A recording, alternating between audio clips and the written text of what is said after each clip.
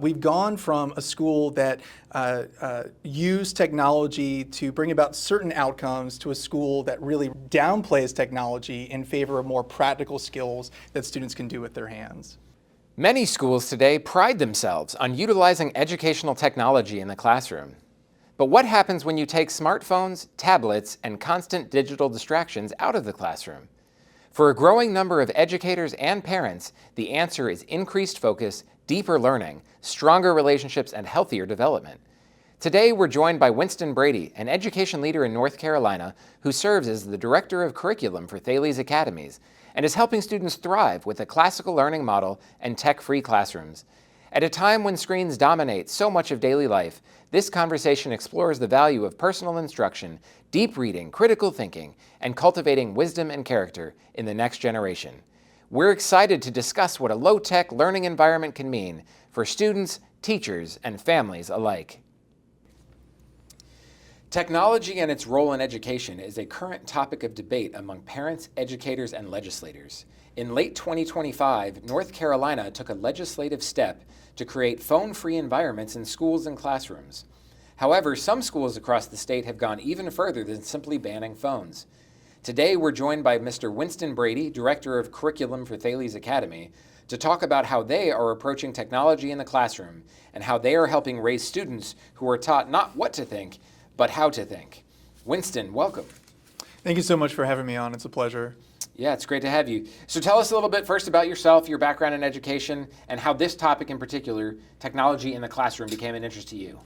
Well, I've been at Thales Academy for 15 years. I started in 2011.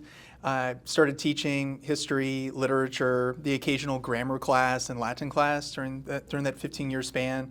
And currently my role is Director of Curriculum. So Thales Academy is a network of 15 classical schools with about 12 campuses here in the Raleigh area, and then one outside of Charlotte, one outside of Nashville, Tennessee, one outside of Richmond. And my role is more network-wide, so I travel around and I coach teachers, model lessons, evaluate teachers and the like. I also write textbooks, just depending on like the nature of the class, and I have content expertise in that particular area. And so I see a lot of best practices when it comes to technology in the classroom or the lack thereof of technology in the classroom, what works better for students and for teachers. That's awesome. So you mentioned Thales Academy, that's where you're the Director of Curriculum there. 15 schools across 3 states. Tell us a little bit more about the sort of the educational model and the approach, and sort of cage us in on what Thales might look like to a reader, listener, watcher who doesn't know. Yeah, well, we're a classical school, so there's this big renewal movement in classical education to bring back this brand of education that molded the minds of the founding fathers. So it's the type of education that like James Madison, Benjamin Franklin, Thomas Jefferson, and the like enjoyed while they were growing up. It's an education grounded on the great books of the Western canon. So especially in high school, students are reading Homer's Iliad and the Odyssey. They're reading Dante's Commedia, Milton's Paradise Lost, and like their English classes, the Bible, a really rich history curriculum beginning from the very beginnings of history with the Sumerians and continuing onwards to the modern day. Middle school students are reading like adaptions of those great works, and then in K-5 the emphasis is on a very intentional phonics programs that students are learning, math fluency, they're learning phonics and literacy, they're learning all the skills that they really need to succeed. I'd say a good image of the type of student that we want to produce, though, is kind of like a Paul or Socrates, somebody who is very, very intelligent, very, very well-read. But the best part about those two individuals in particular is that they had a marketable skill, a very practical skill that they could use to take care of themselves and people they really cared about. Socrates was famously a stonecutter. Paul was famously a tent maker. Like, he had a trade that he could use to take care of himself during the day. And then at night, he put that really rich, content-rich education to good use, talking about theology, the love of God, and the like, and encouraging people to take up what really constitutes the good life, a life built on conversation and reading, discussion of really great books, really great ideas. So that's one thing that we're trying to do at Thales, is integrate a content-rich classical education, very book-heavy, rich history and the like, really rich science and math curriculum as well, But bridging that with really practical vocational skills. So our students are learning organic gardening in K-5. They have an elective just entitled construction, where they learn some of the principles of engineering. So they're taking some of the math facts that they learn and being able to apply that to actually build things that last. As they get further along in their middle and high school career, likewise, students are taking classes in like beekeeping, even like building like water towers for bees and things like that. Navigation, sewing and weaving, first aid, so teaching kids how to do CPR as part of their electives. We've gone from a school that used technology to bring about certain outcomes to a school that really downplays technology in favor of more practical skills that students can do with their hands. Well, you bring a couple of great themes to us in this sort of background. One, we're doing a series here at NC Family on celebrating our 250th anniversary of the Declaration of Independence, and so talking about our founding fathers and the kind of education they would recognize, going back to that classical model of what education looked like and was intended to be and understanding the whole person. That is fantastic to bring in. And then, of course, talking about technology, which is what we're here to talk about today. So when Thales was first began, I believe in about 2007, you've been there for 15 years, or longer, I think, no? Yeah, 2011. The school has a great founding story. So our founder, Bob Luddy, and thank you so much for having his book here on the program, but Bob Luddy founded the schools and the corporate offices of Captive Air. So he donated a number of like what is essentially like office space for kindergarten and first grade classrooms. And so that was the first Thales Academy campus. So back in 2007, when that was first started, ed tech really meant like a computer lab with awkward, probably Apple computers and projectors in the classroom. Obviously, that is not what ed tech means today. What began the interest in exploring what we now think of as ed tech at Thales? So what were sort of the promises and the hopes and the visions, and what was even that technology? Sometimes it's hard to think back to even what the iPhone 7 seemed like, much less what ed tech might have been 10 years ago, 15 years ago. Yeah, the iPad came out in 2010, and then we started bringing iPads into the classroom around 2013, 2014.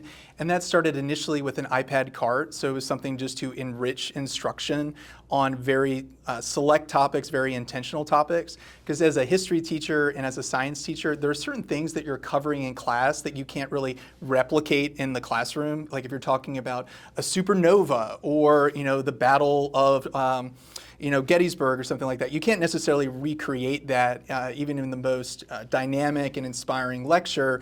And so maybe a short video or, there are some interactive tours websites that will allow you to like walk through the streets of Rome or of Paris. Like those things are really great to try to bring certain subjects alive. And we incorporated an iPad cart really to do that. Then as our high school program was built up, we brought about a one-to-one iPad initiative, and as time went on, we brought that iPad initiative to lower and lower grade levels. So by the time we ended our one-to-one iPad initiative, it was 6 through 12.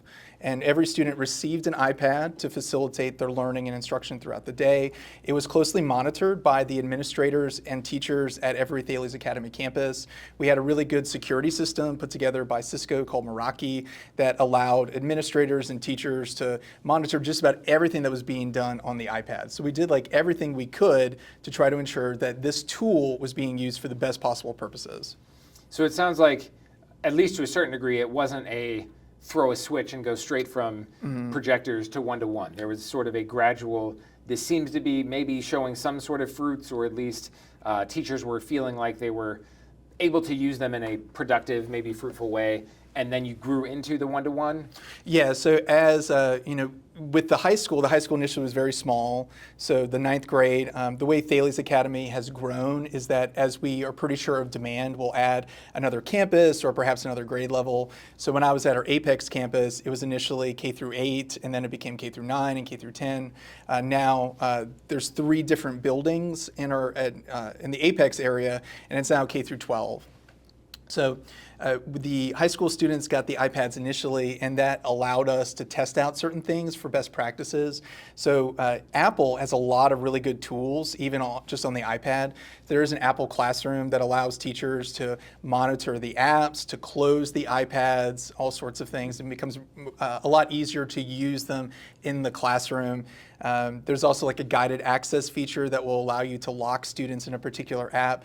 But in using those things, that takes a lot of time. It causes a lot of friction. It wastes a lot of time in the classroom that you could otherwise be spent learning and teaching. So as time went on, it's like, yeah, this is a really good tool if you're like 25.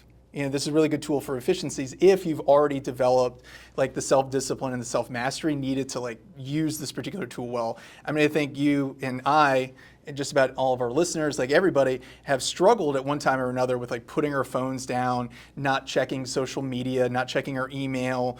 That way we can really connect with our families and stuff like that. Just take that scenario and multiply it by 20 to 30 as far as like students in a room, and just see like what good educational outcomes you can really get there. So as time went on, it became just way too much time spent to ensure that the tool is being used well. So what's the point of the tool? Because it doesn't really seem to be helping us achieve better outcomes for our kids. Yeah, no, it sounds like that reminds me. So disclosure, I used to teach at SCMA, which is a sister school of the Thales system, so I'm familiar with the program there. Even as a math teacher, I used an iPad to put things on the screen, but the kids didn't have them. But even with their scientific calculators, I would, for exams, have to plug them into my computer to deactivate everything to be sure that they didn't have some app on their just scientific calculator that could solve equations for them. And it was a little extra headache before every exam that I had to deactivate all the stuff on their calculator. So I can definitely appreciate that struggle. So when you initially started rolling these out, particularly in the high school, moving towards one-to-one, and then even the middle school to one-to-one, what was sort of the initial response to changes? Parents, teachers, students? Was everybody like gung-ho, this is exciting, we get the best stuff because we're at this great private academy? Or were there people hesitant, Luddites that were, not Bub Luddites, but tech Luddites that were resistant to the change initially? Most people were overwhelmingly happy. I mean, as a student, how could you not be happy hearing that you're getting an iPad? Like that, to them, it doesn't matter that there's security restrictions on it, that they don't have control of the app store, that they're not allowed to download. They can't even download apps onto their own device, and that it's strictly monitored by faculty and staff. Like, that doesn't matter. Like, we're getting an iPad. That seems to be Christmas come early. Parents likewise felt assured that their students would have a means to access content at home. Like that can be kind of a struggle. You've got textbooks for a math class, a textbook for science, a textbook for Latin. That ends up being like really, really, heavy as far as carrying those materials home. And so the iPad could seemingly take the place of a textbook. It can make it easier for students to turn in assignments if they forget something. Like there's just this really nice, supply line connecting the students to the school via the iPad. So parents were reassured that their students were going to succeed. Students were happy because there just seemed to be something, very bright and shiny about an iPad. Teachers were a little bit more hesitant. Like they, because one, they're the people who are using the tools in the classroom, and they could see that this really isn't working out as people are promising us, because it takes so much to police students with the iPads, and that sort of time can be better spent doing a wide variety of other things. It did make certain tasks easier, like especially assessments. You didn't have to be at the photocopier printing out like your test or quiz for that particular day. You didn't have to grade that test physically yourself, which can be a lot of time if it's multiple choice, essays and the like. We used a learning management system called Canvas that you can make quizzes on it, and it would grade the multiple choice sections for you like automatically. And so that was a great efficiency as like a middle school teacher. Having a lot of students in my class, I could make one multiple choice quiz, the machine would grade it for me automatically, and then would give me a breakdown of how students did on each section, especially if it were a skills-based class like Latin, where it was really helpful for me to see how well students were actually conjugating verbs or declining nouns or recognizing different uses of the ablative case, like whatever it was. Like there was a certain efficiency aspect that you might get as the teacher, but you also lose a lot of stuff too. Like if you're grading the test physically yourself, you're really seeing student performance and how they're doing, and you're putting in some of the connections there perhaps better than the machine does. Like, oh, they didn't decline this. They don't really know this usage of the ablative case, like prepositional phrases in Latin, and that's something that I really need to reteach. So, that efficiency or that lack of efficiency can also really help you improve your craft, improve your teaching, because it gives you time to reflect. So, comparing sort of the reasons and the hopes and the promises of what all this tech was supposed to be. Part of the reason we brought you on is we know that you guys have rolled back a little bit. So we'll talk about what you rolled back, but what were some of the long-term effects and impacts comparing what one might have hoped, like, okay, we're going to bring iPads in and we don't have to deal with heavy textbooks. All students are going to be able to turn in assignments at home. Grades are going to be faster and more efficient and therefore give us more information about how they're doing, right? That's the promise. We'll know granular detail of every student because it's all tracked. Compare that to what you actually saw over 10, 15 years of gradual increase in various sort of on-the-ground experimentation with ed tech. Well, it made it a lot harder for students to remember the information that was covered in class. So the iPad, you are able to read your textbook on it. You are able to read certain primary sources on it, but students generally do not comprehend or retain the information that they've read on a screen with the same sort of like deeper understanding that you get from reading a physical book or a physical textbook. And there's a number of reasons for that, and there's also a lot of scientific studies, done across like the field of educational practice that supports that screens are just not as good for reading comprehension and understanding as a physical paperback book or a hardcover textbook, something like that. It became a lot harder for students to develop the sort of self-discipline needed to use the tool well, because you have so many factors that are really weakening a student's ability to use the tool well. So YouTube is probably the prime example. There was an article in the Wall Street Journal like just yesterday that one parent found that their student had accessed like 13,000 hours of YouTube on a school-issued iPad. Just during lunch and any sort of free time, they were checking out YouTube and watching Fortnite videos and the like. It's really hard for students to learn self-discipline if they have a number of things like engaging them, tempting them to use their time really poorly. It really sets in a number of bad habits, honestly. And then lastly was just handwriting. So students became so acclimated to taking notes on the iPad, completing their papers on the iPad, and the like. That was certainly a promise that students need to learn how to type well on these devices because they're going to be around forever, that they really didn't write things down physically with a pencil on paper anymore. So handwriting just dropped calamitously. Now at Thales, we were doing an awful lot to make sure that handwriting is not only supported in kindergarten through 5th grade, which is pretty normal. There are nice handwriting curriculum that you can use for good penmanship and cursive, but likewise 6 through 12, students need to be taking good notes on paper. On tests and things like that, teachers really should require clear, legible handwriting so that they can read it. And if they can't read it, the students need to go back and do it again and put forward the effort so that people can actually read what they're writing. So those would be the three big areas: reading comprehension and retention, self-discipline, and just practically handwriting. And so what steps did you take? You've started to roll back, but tell us what steps you've taken and are maybe looking at taking in the near future. Well, I think we've repented. Like in the best sense of the word, we've repented. Like the word in Greek means like metanoia, like turn to the back, march. Like once you recognize that you're doing something wrong, like hey, you acknowledge it, you own it, and you just stop doing it. So this past year at Thales, we ended our one-to-one iPad initiative. The cost savings that we've generated by not buying an iPad for each student, we've used to buy just way more physical paperback books for students to write in. We think that'll have a lot, well, we've already seen advantages, comprehension, retention, better handwriting, because now they have a vehicle to be practicing those sorts of skills every day. Next year, we'll end our iPad initiative in high school, so students likewise will just like go back to pen and paper and physical books, which I think is a really beautiful thing. That's really, really key to encouraging better like honestly like college success rates and things like that, that students are reading physical materials. It's a lot better for reading comprehension and memory and the like.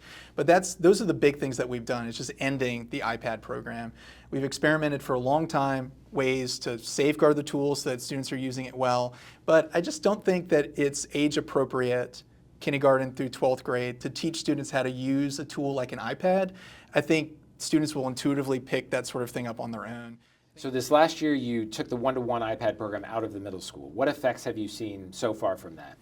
Well, we didn't just remove the iPads from students. Instead, we tried to fill the school day with as much good opportunities for physical movement and independent play. So we brought back recess for a long time at Thales in junior high. Students haven't had, they've had PE, they've had sports after school, but there wasn't this dedicated and honestly relatively unstructured time where students can just play basketball or play volleyball or hang out with their friends either outside or in our gym space. So we removed the iPads, but we brought in a lot of time where students can develop those meaningful relationships, chatting with their friends and so on, but also independent play, getting a lot of exercise out and the like.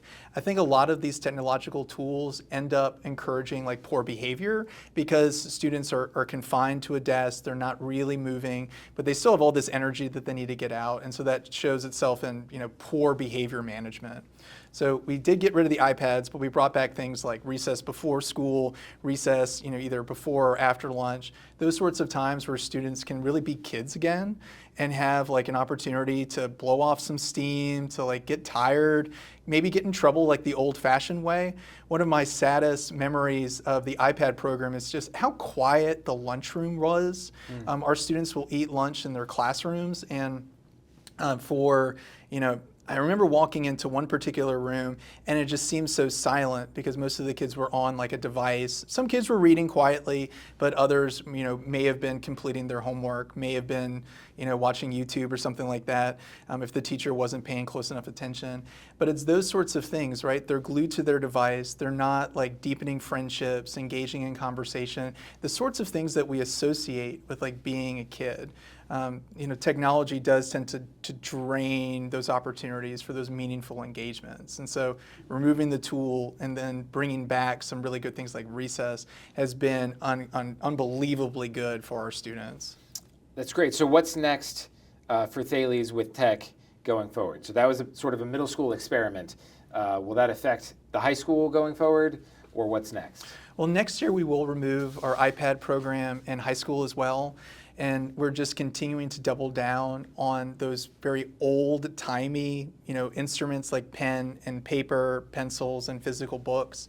The cost savings that we've generated removing iPads from the classroom, we're providing students with copies of the books that really they should use to build up their libraries. So a 7th grade student, by the end of next year is going to have physical copies of a number of the Chronicles of Narnia or King Arthur and the Knights of the Round Table. A high school student is going to have a physical copy of Homer's Iliad to take with them, physical copies of the Bible that they can annotate and mark up in and underline passages and write questions to themselves. Really building the sort of classical library that a classical education is really meant to produce. So that's something that I'm personally looking forward to. Is just we're doubling down on the things that really help students in their learning. And then also there's more vocational arts classes. So more opportunities for kids to get outside and learn how to garden, take care of the environment, more opportunities for kids to learn some practical skills that are also kind of fun and hands-on and involve a lot of movement and things like that. So thank you again for that great look at sort of the experience on the ground in the classroom with multiple campuses and technology. Do you see now with your experience technology as purely neutral in education? And so that can be, is there something inherently in technology, or is it the use of technology, particularly from a classical education perspective on forming the whole person? Yeah, and this is a really long-standing dilemma in Western history in general. Do you know the story Prometheus stealing fire from Mount Olympus? So I love sharing this with students. Our 9th grade literature class, they'll read different Greek Greek mythology in general. But that is such a fascinating story because once Prometheus steals fire and gives it to mankind, You can cook food with it, and you can form tools that make your life easier, but you can also make weapons. So there's always this, this hidden danger to whatever new advances like come down the pike.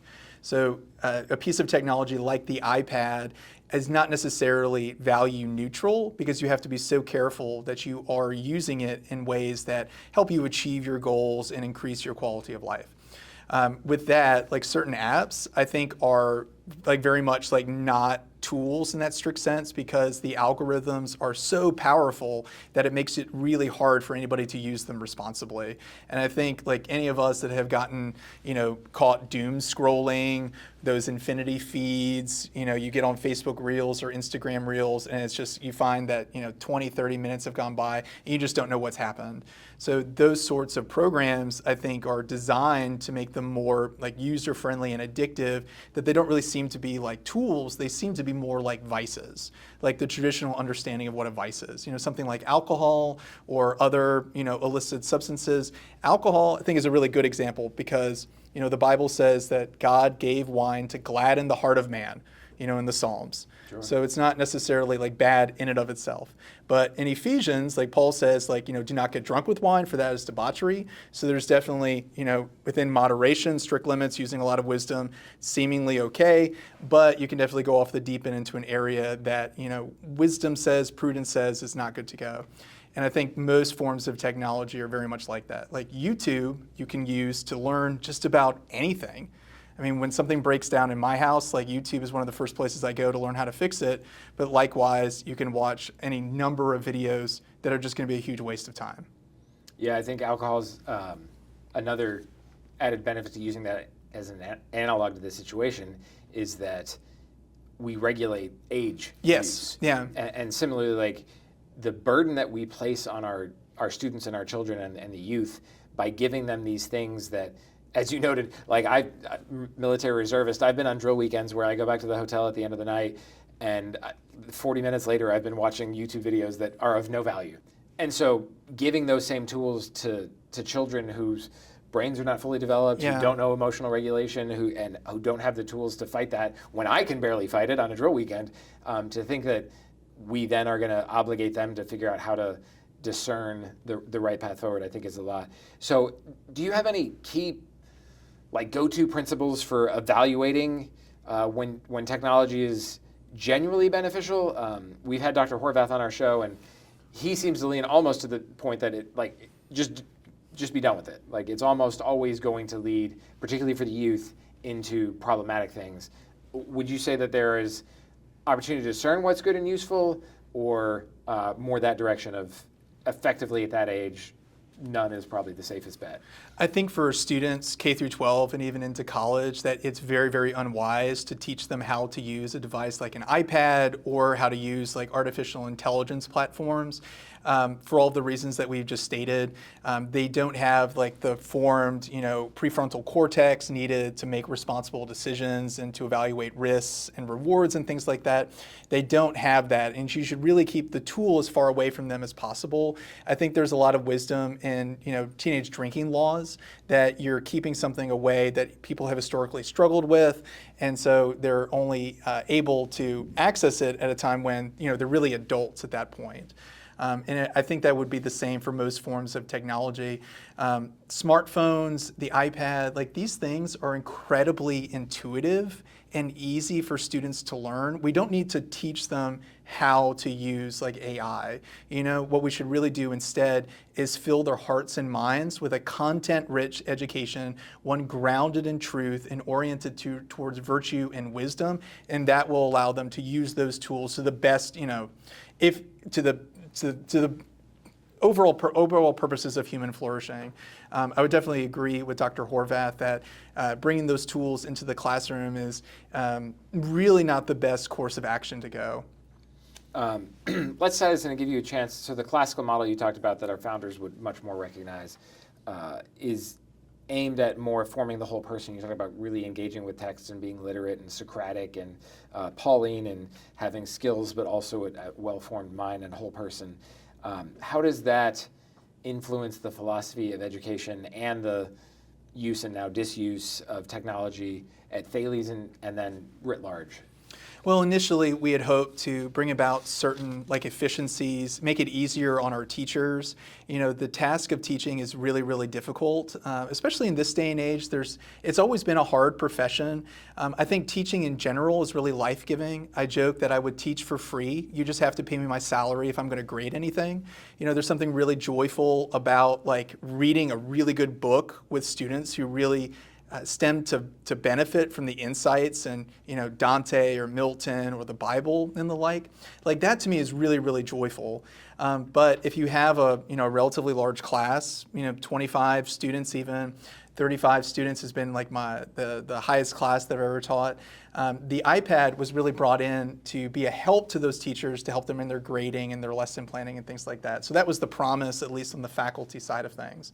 And that does come from a concern that we want to help our teachers succeed, and so we were going to give them tools and perhaps even the students tools that are going to produce that.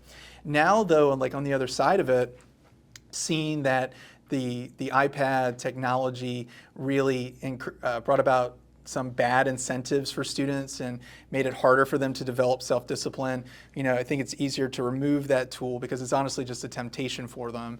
Now we're going back to more physical books and things. And really as teachers, the joy that we get in our classroom comes from making students fall in love with the books that we likewise love, sharing that sort of joy that comes from reading a book of great value or discussing an idea that really is transformative. And so now really the emphasis is just on that experience and removing any sort of impediment, of which the iPad became the chief one. All right, so us being a policy council, obviously policy is of great interest to us. So having experienced firsthand the sort of transition into the hope and promise of EdTech, the experience of EdTech, and the fruit of no more EdTech, what would be some advice or recommendations for, and I think there are at least 3 categories of people we might be aiming at here. Other independent school administrators, so whether they're a single private school or a chain, and then public school administrators, whether the State Board of Education or local school boards, and then lastly, state legislators that might be making policy that would then get implemented via these public schools. Well, this year we completely banned cell phones from campus, so students aren't allowed to bring them inside the school building. If they're drivers, they can leave the cell phone in their car. That would be okay. But we just want to remove the cell phone as a distraction to the learning environment. Because hey, if you get a buzz on your phone, you're immediately distracted, and that keeps you from paying attention in class or whatever it is that you're reading. That's one more added reason why reading on screens ends up being so detrimental to reading comprehension. You have a temptation to check your email because it's right there. You have a temptation to check text messages because you may have just gotten one.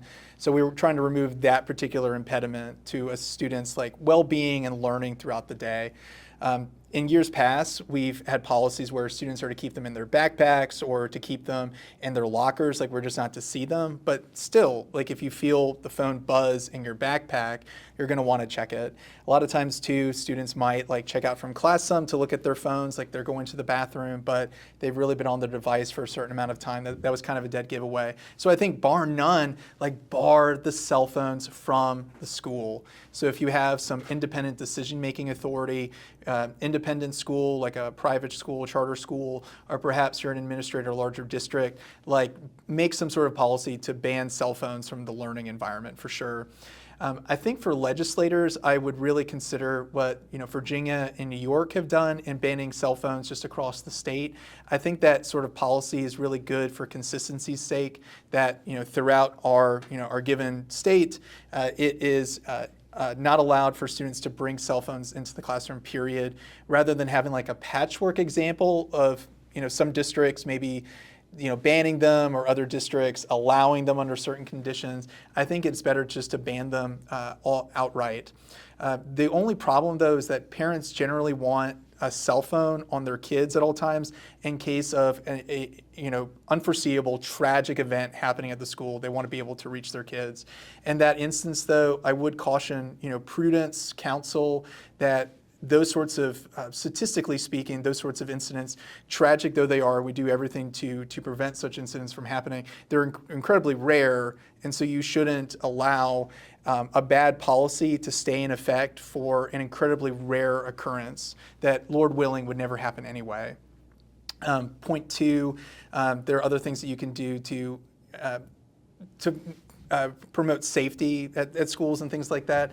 Whereas the cell phone is definitely going to weaken, the overall learning environment, the academic culture that you're trying to provide. So I think the trade-offs are such that, just ban cell phones. That would be a really, really good place to start.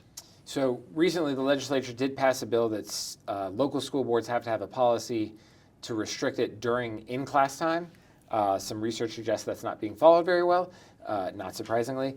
But it sounds like you'd recommend bell-to-bell minimum, if not campus altogether. I think it's just better, and it's easier to enforce. Just if students bring cell phones into school, it's a pretty serious infraction. It's something that's recorded by the office, by our administrative assistant down in the front office. The consequences can be kind of serious if they're caught multiple times with a cell phone. But I think they're just black and white. The cell phone should not be on campus. If students need to call home for any reason, we have phones in each classroom. We don't prevent kids from calling home should they need to. But the cell phone just has so many, it's just like a Pandora's box of bad outcomes for students in the classroom. It's just easier to keep it out of there 100%. And then when it comes to ed tech in particular, so the State Board of Education is still pushing as one of their legislative priorities to ask the legislature to increase, I forget the number, but it's millions of dollars, of course, to fully fund one-to-one tech. I think they might be limiting their request to 6 to 12 rather than K to 12. But again, pushing for this one-to-one, fully refreshing every 3 to 4 years tech for all students. I think from your experience, you'd say that's probably not the way to go. What would be some of your encouragement or suggestions on that?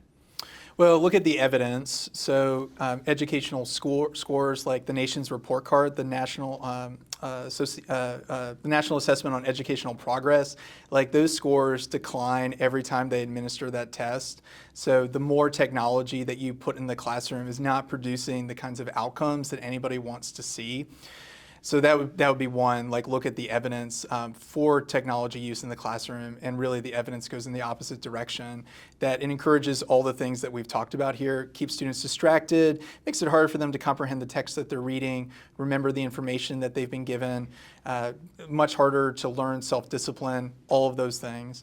On the other hand, look at some of the evidence for reading comprehension and literacy, because really reading complicated text, typically physical text, whether it's a piece of paper that students can mark up or a physical book, those are the things that really predict college success, that really predict life success, is reading comprehension, and especially reading more and more difficult texts as students go through their time in a K through 12 school.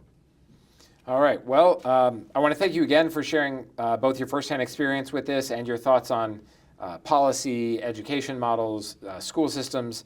This has been a lot of learning for me to hear that story and sort of take that and to the work that we'll be doing. Remind our viewers one last time where they can go to learn more about Thales and all the work you're doing. Yeah, so Thales Academy is a network of private classical schools with campuses here in the Raleigh area. If you're interested in a unique brand of classical education, please check us out at our website at www.thalesacademy.org. Awesome. Well, thank you, Winston Brady.